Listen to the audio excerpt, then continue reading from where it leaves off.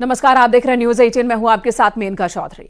UP में 10 सीटों पर उपचुनाव होने वाले हैं। पहली बार बीएसपी उपचुनाव के लिए अपने प्रत्याशी उतारेगी। लोकसभा चुनाव में मायावती को निराशाजनक परिणाम मिले हैं और ऐसे में भतीजे आकाश आनंद के साथ वो एक बार फिर राजनीतिक तौर पर एक्टिव हो गई हैं। वहीं चंद्रशेखर आजाद भी सांसद बनने के बाद उपचुनाव में भी ताल ठोकने की तैयारी में है। अब देखना यह है कि मायावती अपने दलित वोट बैंक में चंद्रशेखर आजाद की लगाई सेंध को कहां तक रोक पाती हैं।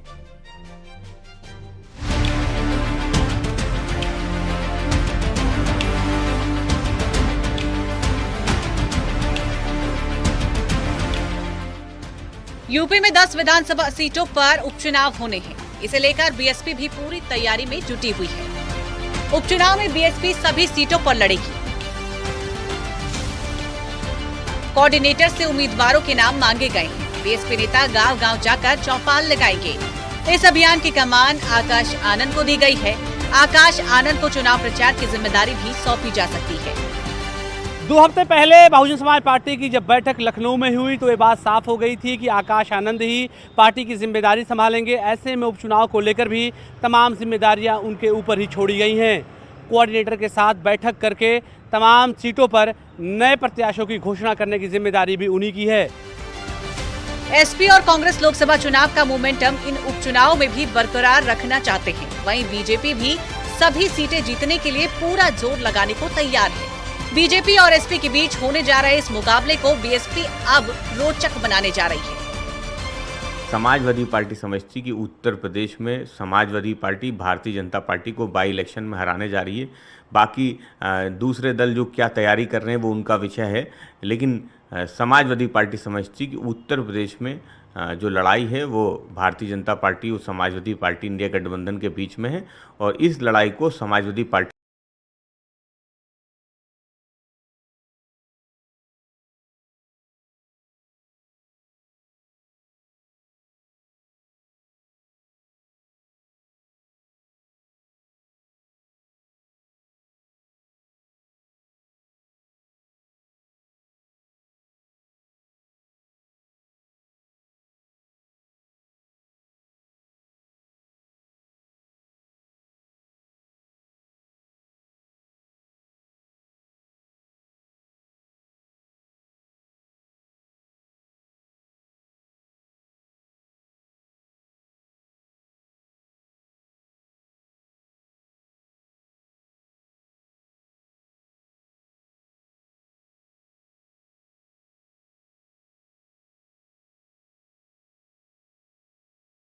के लिए संकट है।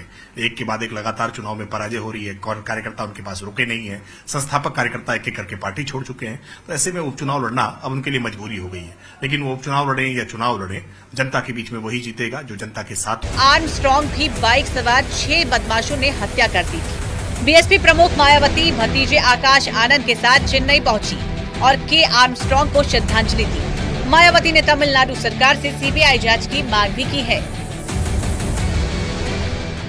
जिस तरीके से हमारे स्टेट के प्रेसिडेंट की हत्या की गई है उनके घर के बाहर, तो उससे ऐसा लगता है कि आपके तमिलनाडु स्टेट में कानून व्यवस्था नाम की कोई चीज नहीं है। और इतना ही नहीं, मुझे ये भी मालूम हुआ कि जिन्होंने हत्या की है अभी तक वो असली जो अपराधी है वो पकड़े नहीं गए हैं। तो हम चाहेंगे कि ये मामला सीबीआई को रेफर किया जाए। लोकसभा चुनाव के दौरान अपने भतीजे आकाश आनंद को राष्ट्रीय कोऑर्डिनेटर के पद से हटा चुकी मायावती ने एक बार फिर आकाश पर दांव खेला है। अब स्टार प्रचारक के तौर पर आकाश आनंद की जिम्मेदारी फिर पार्टी को मजबूत करने की रहने वाली है। जमीनी स्तर पर बीएसपी के लिए वोटरों को कैसे साधा जाए, ये काम भी आकाश को देखना पड़ेगा। 2024 के लोकसभा चुनाव के बाद बहुजन समाज पार्टी की स्थिति उत्तर प्रदेश में बहुत ज़्यादा अच्छी दिखाई नहीं देती है। ऐसे में उपचुनाव के सहारे ही बहुजन समाज पार्टी आकाश आनंद के सहारे गांव-गांव जाकर अपनी पार्टी को ज़्यादा मजबूत करने की कोशिश करेगी। कैमरा पर्सन मनोज के साथ अलाउद्दीन, न्यूज़ 18 लखनऊ।